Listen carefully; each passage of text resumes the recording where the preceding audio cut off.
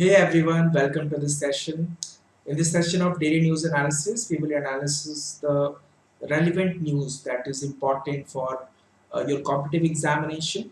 All the important events that happened on March 7th, that is reported on March 7th, that we are going to discuss in this session.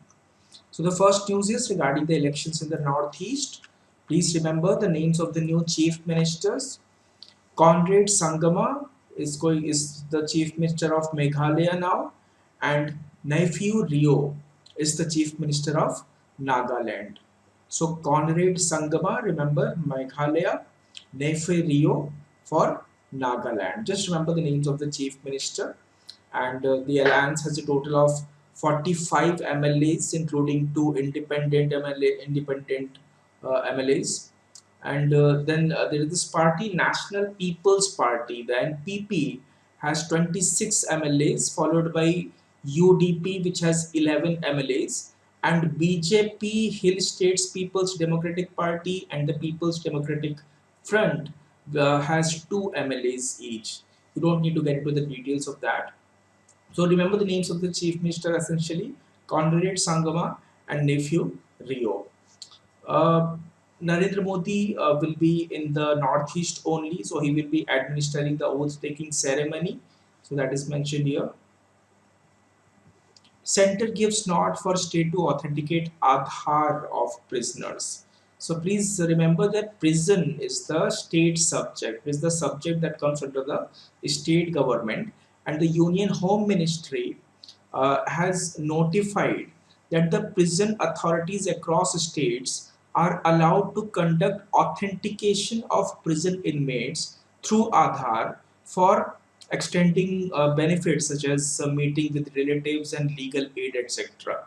So the exercise that will this exercise will be on a voluntary basis to ease the extension of benefits such as health schemes, vocational trainings, etc. ONDC to help retail survive large e-com firms. No onslaught.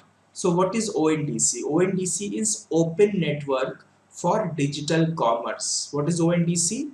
Open Network for Digital Commerce. It's a unified payment interface type protocol that help small retailers survive the onslaught of large tech-based e-commerce companies. And who is the Commerce and Industry Minister? It's Piyush Goyal. So Piyush Goyal has said this, that ONDC is going to help retail survive large e-com firms onslaught. ONDC is an initiative of the ministry to help small retailers expand their business and reduce the dominance of e-com giants. It offers small retailers an opportunity to provide their services and goods to buyers across the country through an e-commerce system where buyers will be able to purchase the products which are sold on any platform. Now, as you know that in Odisha, there is the beach in Odisha. Every year, lakhs of these olive ridley turtles come for nesting.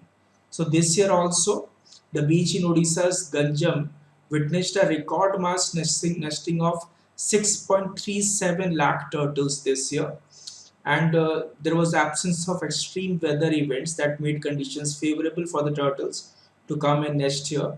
And then nearly 6.37 lakh olive ridley turtles, they have arrived for mass nesting on the what is the name of the coast? Rushikulya coast this year. It is a new record for the beach in Ganjam district in Odisha. The arrival of the turtles for laying eggs from February 23 to March 2, which is treated as the mass nesting period, was attributed to the emergence of new beach near near these areas. Then there was this official who said that the beaches remained unaffected as there were no extreme weather events such as cyclone and heavy rain, and the turtles ascended the perfectly sloped beaches at the Rushikulya river mouth. Last year, 5.5 lakh olive turtles came to Rushikulya for mass nesting. This year, it's 6.37 lakh. Pakistan media is banned from broadcasting the former Prime Minister Imran Khan's speeches. So Pakistan's media regulator banned broadcast of Imran Khan's speeches as police arrived at one of his homes to deliver another court summons for the ousted premier. The development is the latest in the political tug-of-war between the former cricket turned-star Islamist politician and the government of the successor Shehbaz Sharif. So, who is the Prime Minister of Pakistan? Shehbaz Sharif. So, Mr. Khan is campaigning for early election, and in those campaigning, he's saying a lot of things. And one of these speeches is banned from being broadcasted. Media regulator had said that Khan was repeatedly spreading hate against the state institutions and officers, and which is prejudicial to the maintenance of law and order. And if there is any violation of the ban by any media outlet, that would result in the license being revoked. There is this article in the Hindu which says that is the internet as we know it going to change? Why is the Supreme Court interpreting Section 230 of the US Communications Decency Act of 1996? What are the tech companies and digital rights activities saying? So, what is this actually? There is this Section 230 of the US Communications Decency Act, according to which, suppose you post something on Facebook, so you will be responsible for that and not Facebook. The company that is providing you the platform, that they will not be responsible for the content that is being posted. It is the user's responsibility, but that is being challenged now. See here, the Supreme Court of the United States has begun hearing two pivotal lawsuits that will, for the first time, ask it to interpret Section 230 of the US Communications Decency Act of 1996, the law that has shielded tech companies from liabilities over decades. The lawsuits pose a long standing question: should digital companies be held liable for the content that users post on their platform?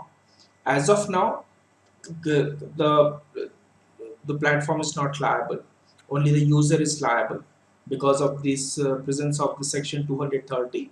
But it should be interpreted in a way that can the companies also be liable. That is the issue here. So they have began hearing these two pivotal lawsuits, and section 230 is a safe harbor or a liability shield for social media platforms or any website on the internet that host user generated content.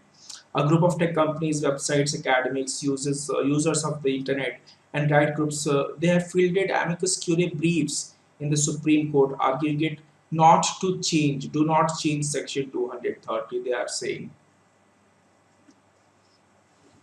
violation of Islamic dress code will lead to punishment. Iran judiciary has clearly said that removing one's hijab is equivalent to showing enmity to Islamic Republic and its values. So they are very strict regarding their Islamic dress code that is directly coming from the Iran and coming from the judiciary of Iran.